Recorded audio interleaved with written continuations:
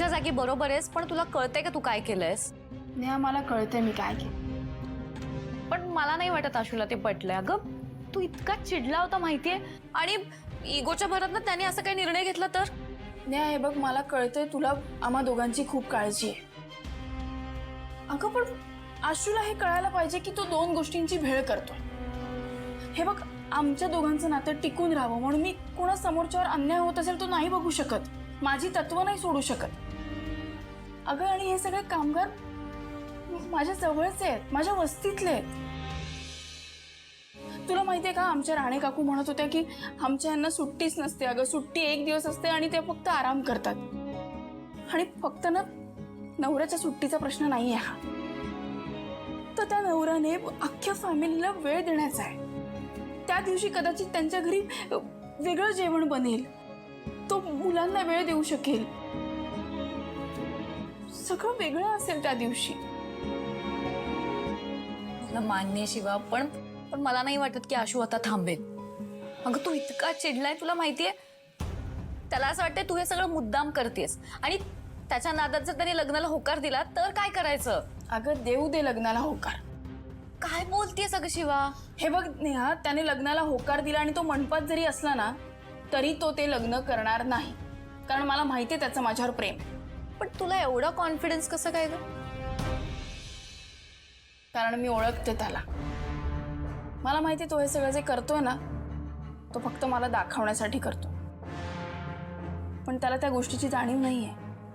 आणि जेव्हा जाणीव होईल ना तेव्हा भर लग्नातनं तो माझ्याकडे पळत येईल.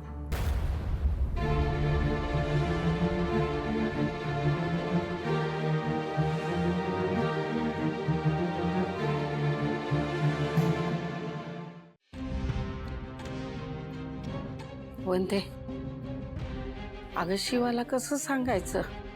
काय करायचं आहे? सांगावं तर लागेलच ना, तिला सुद्धा कळायला पाहिजे ना. कळायला तर पाहिजेच. थोडीफार कुठं आशा होती ती बी मावळले. काय सूर्योदयाच्या वेळी काय मावळण्याच्या गोष्टी करता? काय झालं? हा कुठं काय काय नाही ग, काय पण नाही. काही नाही, मस्त बोललीस ग, पण असं चेहऱ्यावर दिसत नाहीये. 100 किलोचं टेन्शन दिसते. काय झालंय का? आजी तू तरी सांग काय झालंय? काय नाही ग. तुम्ही ना काहीतरी लपवताय माझ्यापासून आता. नाही अगं, लपवण्यासारखं काहीच नाहीये, पण जे ऐकलंय ना त्यामुळे धक्का बसलाय आम्हाला. आता काय झालं? ते तू ते मीटिंगला गेलतीस ना, हा, तेव्हा ती कीर्ती इथं येऊन गेली. कीर्ती इथे आली होती? हो, भाऊंचा निरोप द्यायला आल्या होते ते.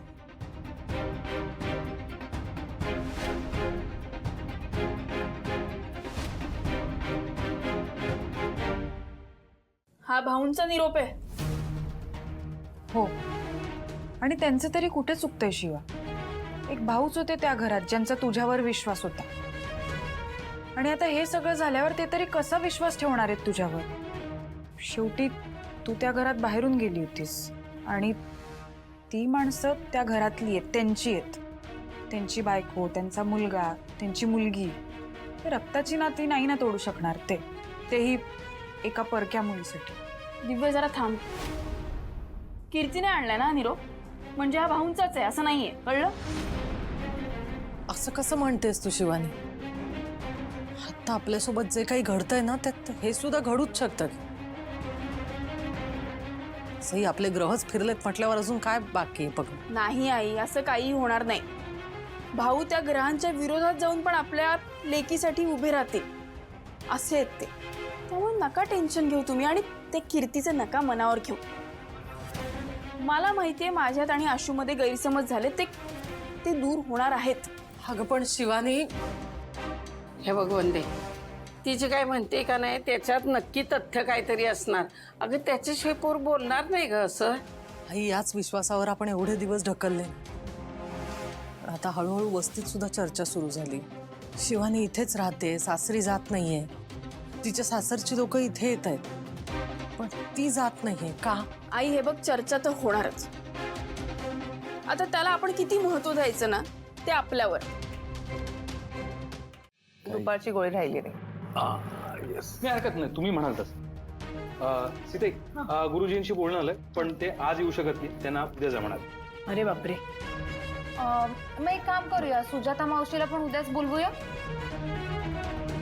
ठीक आहे. बरं काका ऐक ना, तुझ्याकडे ते कॅटररचा नंबर आहे ना, जरा दे ना मला. हा. आणि संपदा तू बघत काय उभी राहिलीयस? जा ना, लग्नाची तयारी कर, लग्न आहे घरात. हे बघ संगीत असणार आहे, त्यामुळे संगीतची तयारी करावी लागेल. गाणी कोणती घ्यायची, काय घ्यायचंय सगळं तुलाच बघायचंय, कळतंय ना?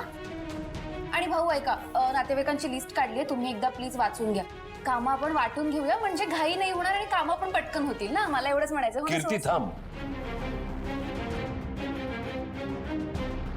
तुम्ही सगळ्यांनी हे लग्न करायचं ठरवलंय, पण ते मला मान्य नाहीये. आणि तरीही तुम्ही ते करणार असालच तर मग एक गोष्ट मी सांगू इच्छितो, मी या लग्नात सहभागी होणार नाही. तुम्ही मला धरू नका, कारण माझ्या लेखी या घरची सून एकच, ती म्हणजे शिवा. ऍक्च्युली सेम ताई, माझं ठरलंय. माझी वहिनी शिवाच आहे, त्यामुळे तुझं हे जे काही चाललंय ना त्यात मला काउंट करू नकोस. काका काकू तुमचं पण सेमच मत असेल. एवढं कळण्या इतपत तू नक्कीच हुशार आहेस कीर्ती. पण भाऊ तुम्ही असं का करताय? तुमच्या मुलाचं लग्न आहे, आपल्या आशूचं लग्न आहे ना. माझ्या मुलाचं लग्न झालंय आणि तरी तुम्हाला हा मूर्खपणा करायचा असेल तर मला यात पडायचं नाही.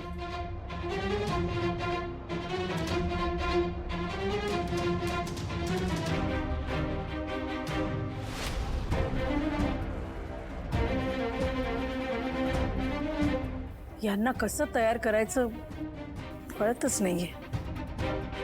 काही करून हे लग्न झालं पाहिजे आहे आपल्या आशूच्या सुखासाठी.